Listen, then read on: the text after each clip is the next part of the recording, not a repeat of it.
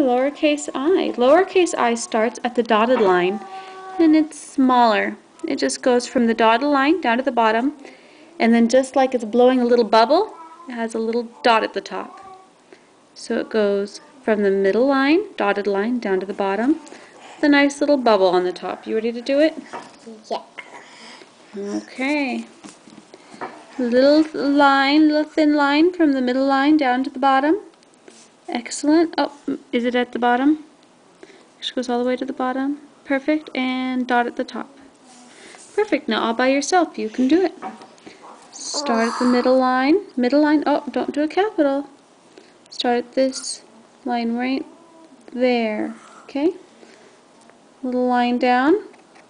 And give them a little bubble at the top. A little dot at the top.